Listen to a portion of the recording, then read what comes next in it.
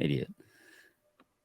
Today on Locked On Red Wings, Vrana is rumored to make his return. And what is the asking price for Tyler Bertuzzi?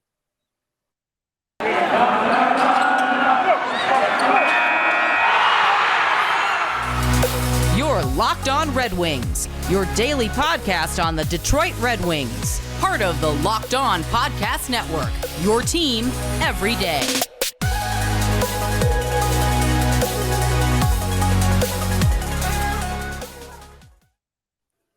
Welcome back to the Locked On Red Wings podcast. We are your hosts, Brian Fisher and Scotty Bentley. I am a podcast producer for the Daily J, a WWJ News Radio podcast. Well, Scotty is the host over at Locked On Tigers, as well as a freelance journalist for the Detroit News. And today's episode is brought to you by FanDuel Sportsbook, the official sportsbook of Locked On. Make every moment more. Visit FanDuel.com/LockedOn today to get started. And today, Scotty, we kind of came in to the day. We had it planned out. We're going to talk at length about the Tyler Bertuzzi situation and then do a game preview. But things have happened and news has come out that has kind of muddled that plan. We still will, but there's several other things going on. What's up? I just want to say that you calling me an idiot before we started definitely made it into the recording. Oh, like I'm sure it did. Like, sure it was like a full second after we started recording. So the first word of this podcast is just going to be silence. There's going to be idiot. Well, that's what you get. For the record, guys. It was directed at me, not you, everyone. Yeah. Right as the countdown was happening, he just said your mom into the mic. So, Bang. I mean, it was I think it was the correct response to Scotty. I think I'm in the right. But there's a lot of stuff to talk about, which is always fun for an off day, right? I mean, yeah, it's good news. Well, right. Well, yeah, good for us. Yeah, it's good news. For radio. Yeah, it's definitely something that, I mean, doing a show 5 days a week, every once in a while you have an off day where we have to brainstorm a lot more to figure out what we're going to talk about. And today was certainly not one of those days. We got plenty to go over, but where do you want to start? I think the Vrana. Yeah, I was going to say, I think the Vrana stuff is the most pressing because that was the thing that kind of came up as David Pagnotta. I think that's how it's pronounced. I'm not completely sure. Reported early in the day that he's hearing that Vrana is going to get called up soon. Now, he's like a Leafs guy. And last week, he also reported that he was never going to wear the winged wheel again. So it kind of came off as one of those things where he's throwing stuff at the wall and seeing what sticks. And then Ryan Hanna of Winged Wheel Podcast, another great Red Wings podcast that I'm sure many of you guys are already listening to. If not, go for it. He said that he also confirmed with his independent sources, whatever that means, that Vrana is making his return. And then a guy who follows us on Twitter and follows Winged Wheel on Twitter and the Grind Line posted photos saying like, hey, he's like on my flight. Now, all of that, unfortunately, is unverifiable. Like it comes down to it. Like we don't know when those photos were taken. Nobody ever said who their source was. It was always just sources. And I'm not trying to say I don't believe these to be accurate, but I do want to just throw that out in the ether that we haven't heard from any like Red Wings media, not Max Bultman, not your Helene St. James, not the Red Wings themselves, that this is happening. So we don't have any solid concrete, or any of your big national beat writers. You didn't hear from Elliot Friedman. You didn't hear from Jeff Merrick. So we have not heard from a source that I personally trust 100% that Vrana is coming back.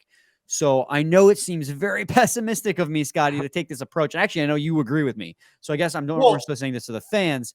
But if it's true, fantastic. And we are going to talk about the implications behind that. But we are taking this all with one large grain of salt. Right. This is just a precursor to us still having the conversation. Like we're still going to talk about like, oh, what does this mean for the team? We'll get into that conversation in like 30 seconds. But like, especially like for me, I am a journalist and like journalistic integrity, and not integrity, but just like following up with sources and what sources you use and whatnot. Like until we hear from the team, we're going to put a precursor in front of everything.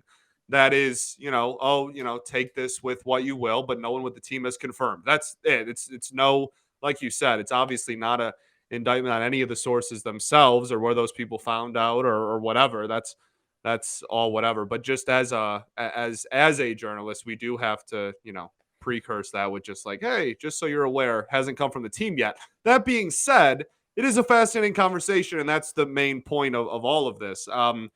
If it's true, I'm pumped. Like, I'm happy for Vrana. I think that the really intriguing conversation comes in with The where. why? Well, I don't even know why. Like, he went on a little bit of a heater, right? But I think the the question then becomes at whose expense, right? Like, Yeah. that's no one was put on waivers. No one had, like, that conversation hasn't started yet. And if it is like a by the end of the week thing, maybe he joins the team when they come back home, like after the Western road trip or whatever. So there's a lot of different kind of pieces in play here, but that is definitely, I think, the bulk of the conversation is like, okay, that's great. It's awesome if he comes back. Like I said, he's been on a heater. That's all great, but who is it at the expense of at this present moment?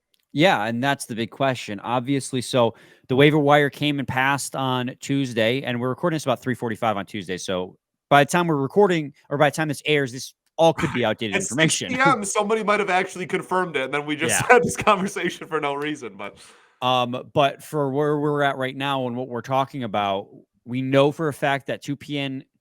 came and went, and nobody from the Red Wings was placed on the waiver wire, which would indicate if Vrana is to play on Wednesday against Edmonton, which we'll preview in segment 3, that somebody would have to go on the IR for him to be officially called up to the roster. And that would lead you to believe, okay, well, there's only 2 players who are hurt right now, and that's Raymond and Wallman. And if you're calling up a forward, you would lead you to believe that maybe Raymond was a little bit more hurt than initially anticipated, which would be a huge blow, not just to the Red Wings, but to the development of this, young stud.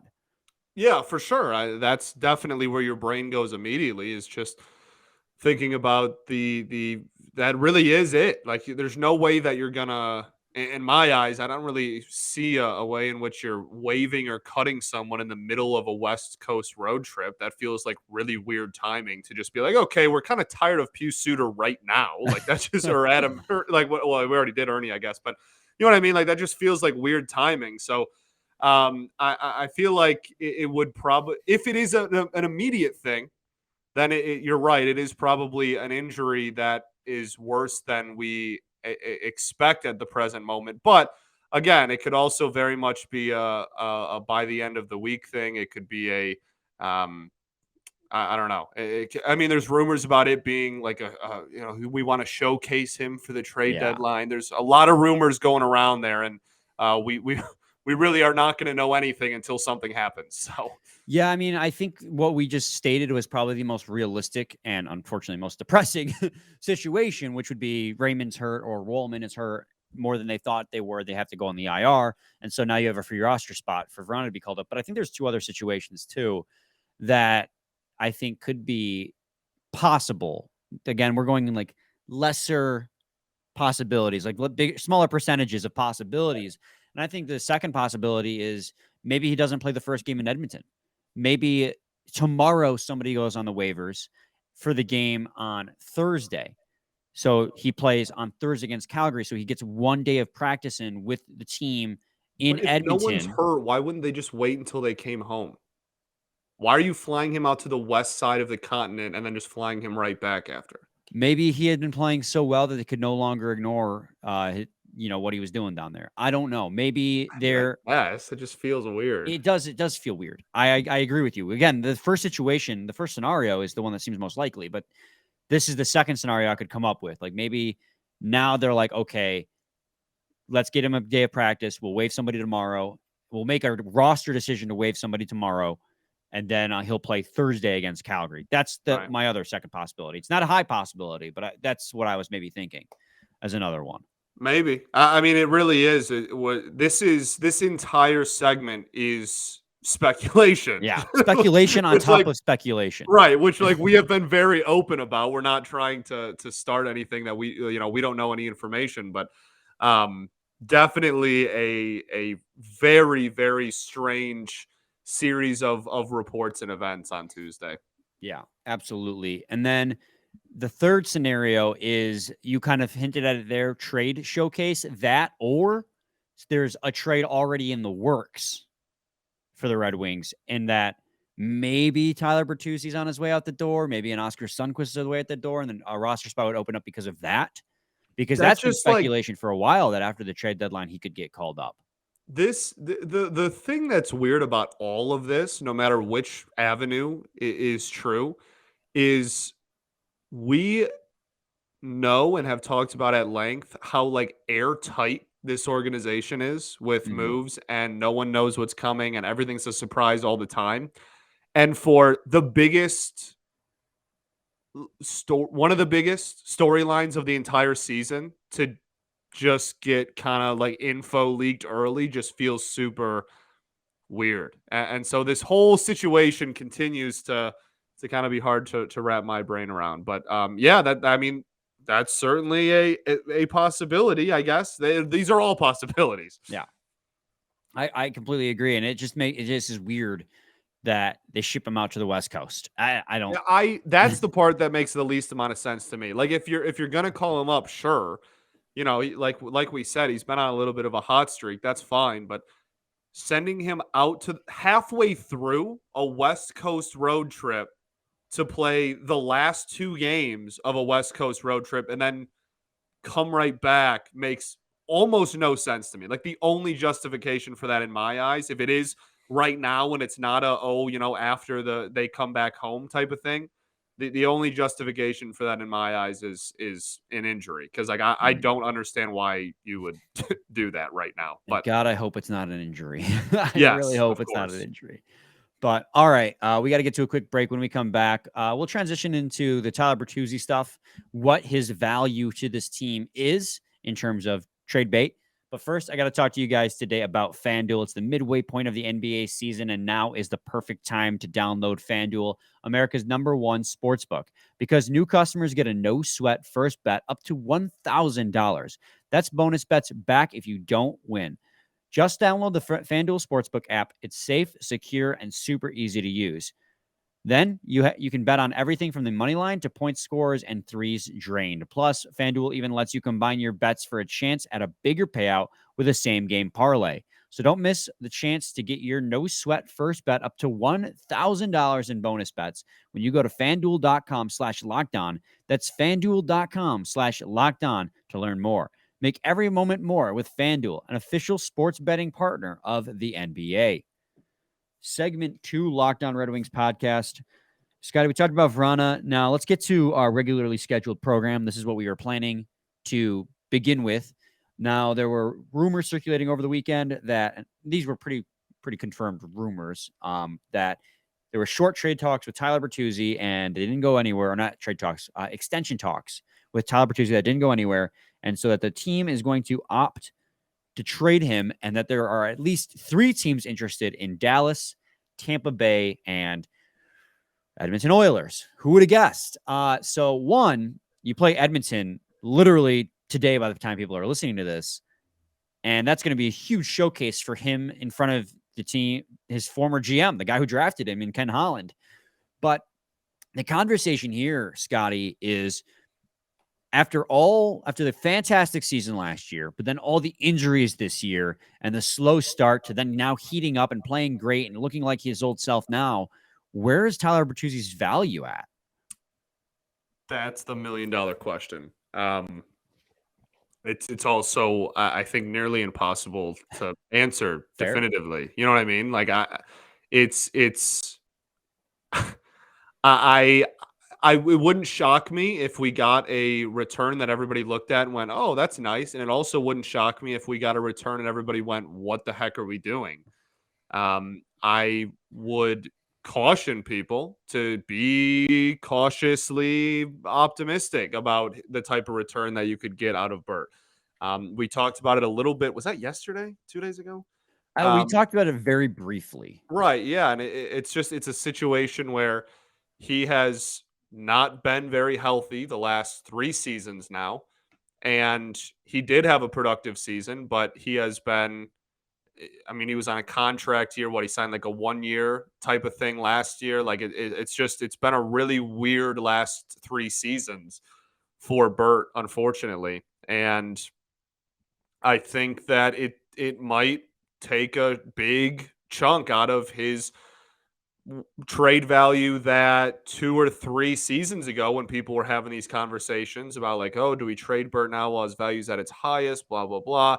I don't think it's going to be that high. And the biggest thing that my biggest point that I keep reiterating over and over and over again is aside from how well he's played, aside from how much time he's missed, aside from all of that, the main point is expiring deal. You're not going to get a crazy haul for an expiring deal. Now, if it's presumed that they are going to sign whoever he is traded to is going to sign him to a contract extension immediately, that becomes a different conversation. But if he's a true rental and you are trading him to a team that is just going to let him play the rest of the year and then he's going to be an unrestricted free agent, you are not going to get a whole lot. So you better either try and just maximize that value and try and get a good trade, even despite the fact that he's a rental, or try and find a trade partner that has the cap space and the ability to extend him immediately, because that's the only way that you're going to get. I said this yesterday too. I'm not saying you're going to get rid of him for nothing. I'm not saying we're going to get a sixth. Like it's going. You know what I mean? Like I'm not trying to be too dramatic about it, but that value comes with team control much more than player performance and value does. So the fact that he's a rental, I think, is the biggest hit of anything we'll talk about today to his value.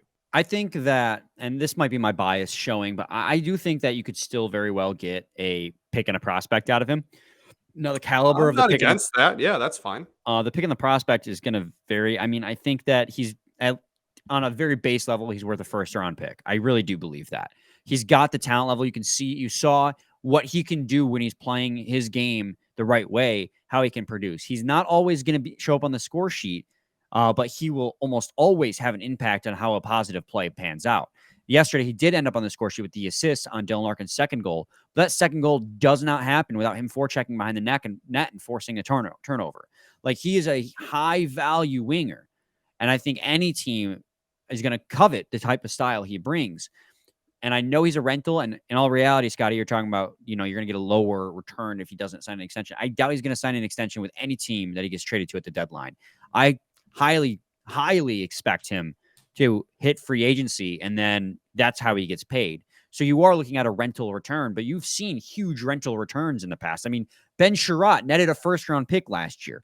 So, I mean, it is possible that this happens. And I think that Tyler Bertuzzi could definitely get a first-round pick, and I do think he can get a pretty decent prospect. Now, the question becomes, at this point in the rebuild, Scotty, what do you prefer? A high-end prospect or a top draft pick in return for a player? Like, do you have the patience to allow another first-round pick to develop, or would you rather have a prospect that's already been drafted in the system to come back instead? If you're making me choose between one or the other, I would say a near NHL ready or like just made his debut NHL ready higher end prospect than a draft pick at this point. But you also have to remember a couple of things. You are not. I'm going to reiterate this very clearly, crystal, right? You are not getting a first round pick from any team that has a remote chance of being in the lottery this year. It's not happening. Okay, you're not. It's not. You wouldn't trade him to those teams anyways, because those teams. No, you're not trading him to the bad teams buyers. For sure. But I'm talking about if you are even a fringe team, like if you're going all in and you're just like, oh, we're just going to get rid of all of our future and all of our future assets for players this year, and we're going all in. That's one thing. But even the fringe teams that are like, oh, they might make the playoffs, they might miss the playoffs.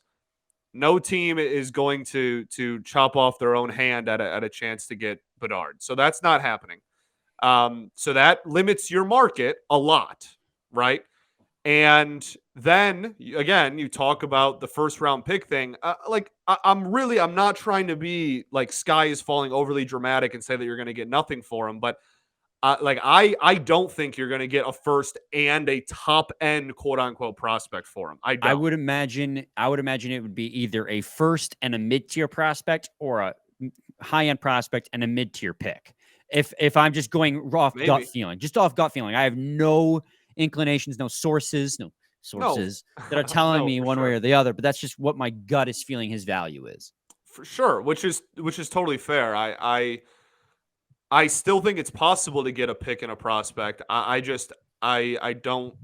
And look, I would much prefer me be wrong and it benefit my favorite team. So Yeah, like I'm still hoping for an alternative, but the logical part of my brain doesn't see like a first round pick and a prospect that's like shiny and you go, oh wow, that's one of their team's best prospects or whatever. I think you're gonna get maybe one or the other. I guess to your point, that might be a realistic possibility, but I don't know. I think first round pick conversation, you'd be having to trade him to a team that is going to be a cup contender, and it's going to be a pick between 27 and 32 anyway. absolutely. And I posted this question. I let it out to the people on Twitter. I asked, Bertuzzi will be dealt at the deadline. What do you prefer at this point in this rebuild in terms of return? Player, prospect, or picks? And it's a close race. So far, with 21 hours left on the poll, there's 190 votes.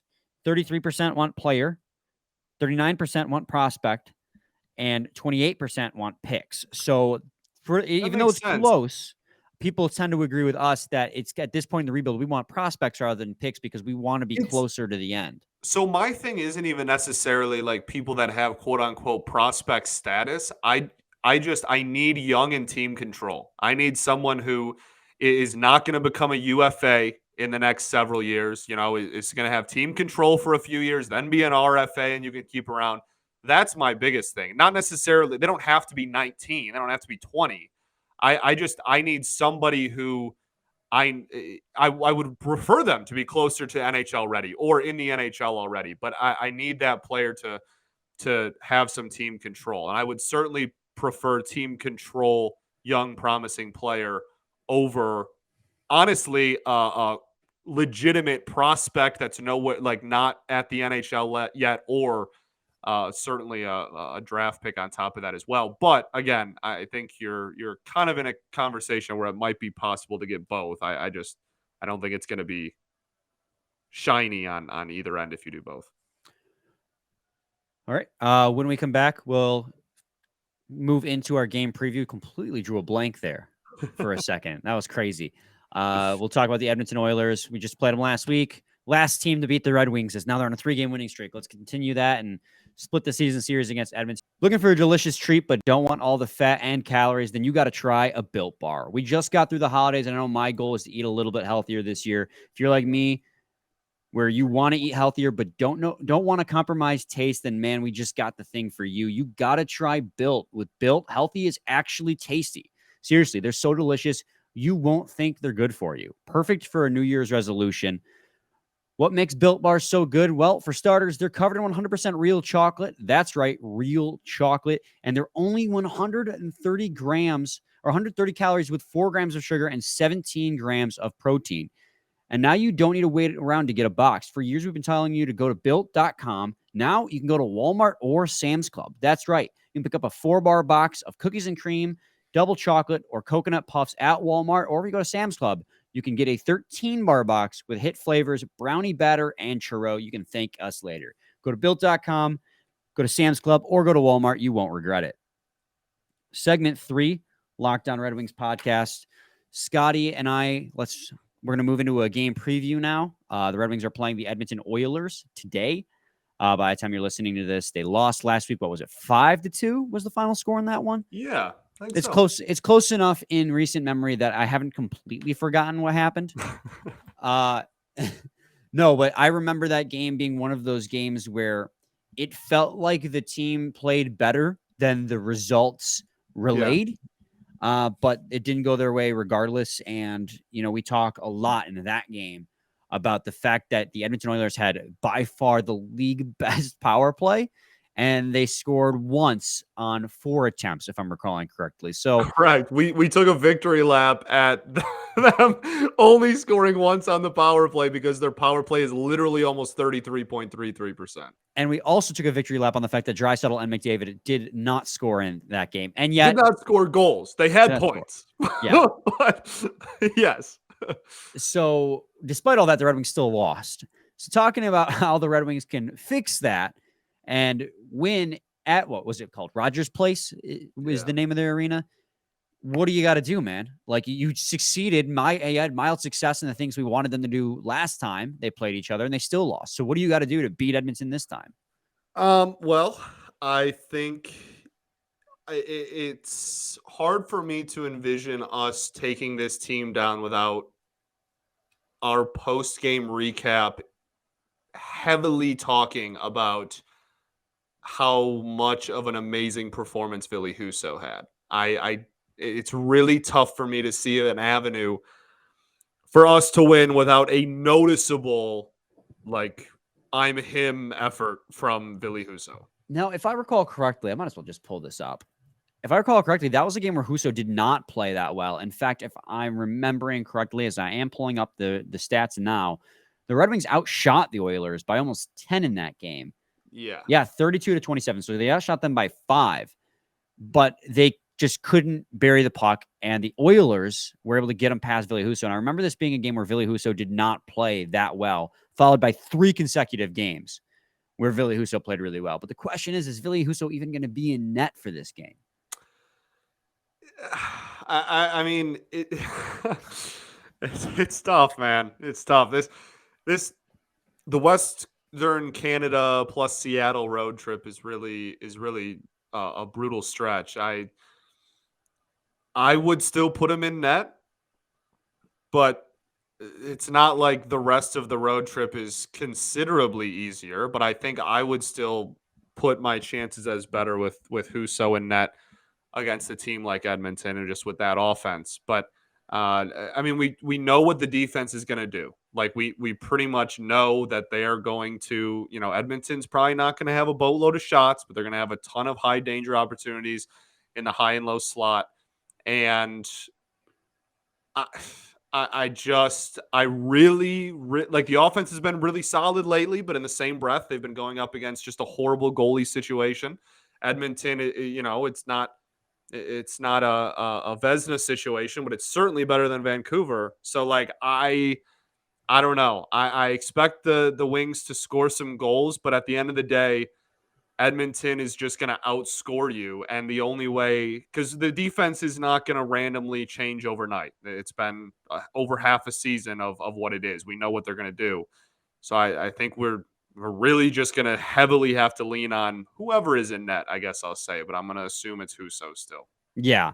And I do think that the defense has been playing better of late, especially in that game against Calgary. And if we can get a Calgary caliber performance, then that will go a long way into making this a much more winnable game, because I do think the Oilers are beatable. I mean, they obviously have the 2 best players in the world on their team, but outside of that, they have tons of cracks. They're very, very much carried by those 2 guys. And Nugent Hopkins is playing great this year. But yeah, their defense is paper thin. Like you should have opportunities to go toe-to-toe with them offensively. It's a matter of not giving up 5 to 7. Yeah, that's precisely it. So, would I bet on, because the odds aren't up yet on FanDuel, because you're doing this 2 days ahead. Again. Yeah, I mean, I would take the over as well. I would take the over, but I wouldn't want to. I would probably end up taking the Oilers in this game, especially because they're at home. But that doesn't mean like I strongly believe they're going to put a thrashing on. I think the Red Wings are capable right now, especially on this hot streak that they're riding. I think they're capable of beating this team if they can contain. They need to contain that top end talent, but that's something that this team struggles at doing. It's something the team wants to do. The team wants to be a team that can contain, and they're getting better at it. We've seen improvement since the All-Star break, but it's just not quite there yet, I think, to completely contain the 2 greatest players in the game of hockey right now. Yeah, I agree with everything you said there. I think that this is a winnable game. I'm not, we're not trying to make it sound like it's an impossible task. Like we very much could be talking about a victory in the game recap tomorrow, but in the same breath that, if you're a betting person, I think you probably are. It's hard not to lean with Edmonton, and I think a lot of it is going to come down to unfairly putting a lot of weight on Husso's shoulders. Yeah, absolutely. So Scotty, let's see. Oh, good news. Ken Kal just tweeted out that Jake Woolman is practicing today. Nice. With the That's team. good. I did not see anything about Raymond though, so that might again, that's just adding fuel to the fire of speculation. Right. He's wearing a gray practice jersey, but I'm pretty sure the non-contact jerseys for the Red Wings are blue. So that should be another good sign if he's not wearing non-contact. So that's one little piece of good news for Red Wings fans out there. Yes. All right. Any final thoughts? We ball. We do ball. We'll be back tomorrow with another late night game recap. Thank you, Western Canada. That'll be fun. They should just start their games at 3 p.m. on the weekdays. I'm going to say it. Like, that should just be, I don't care if they're at work. They should just do this for us. For us. For us. For us. All right. Same time, same place. It's your team every day. Every day.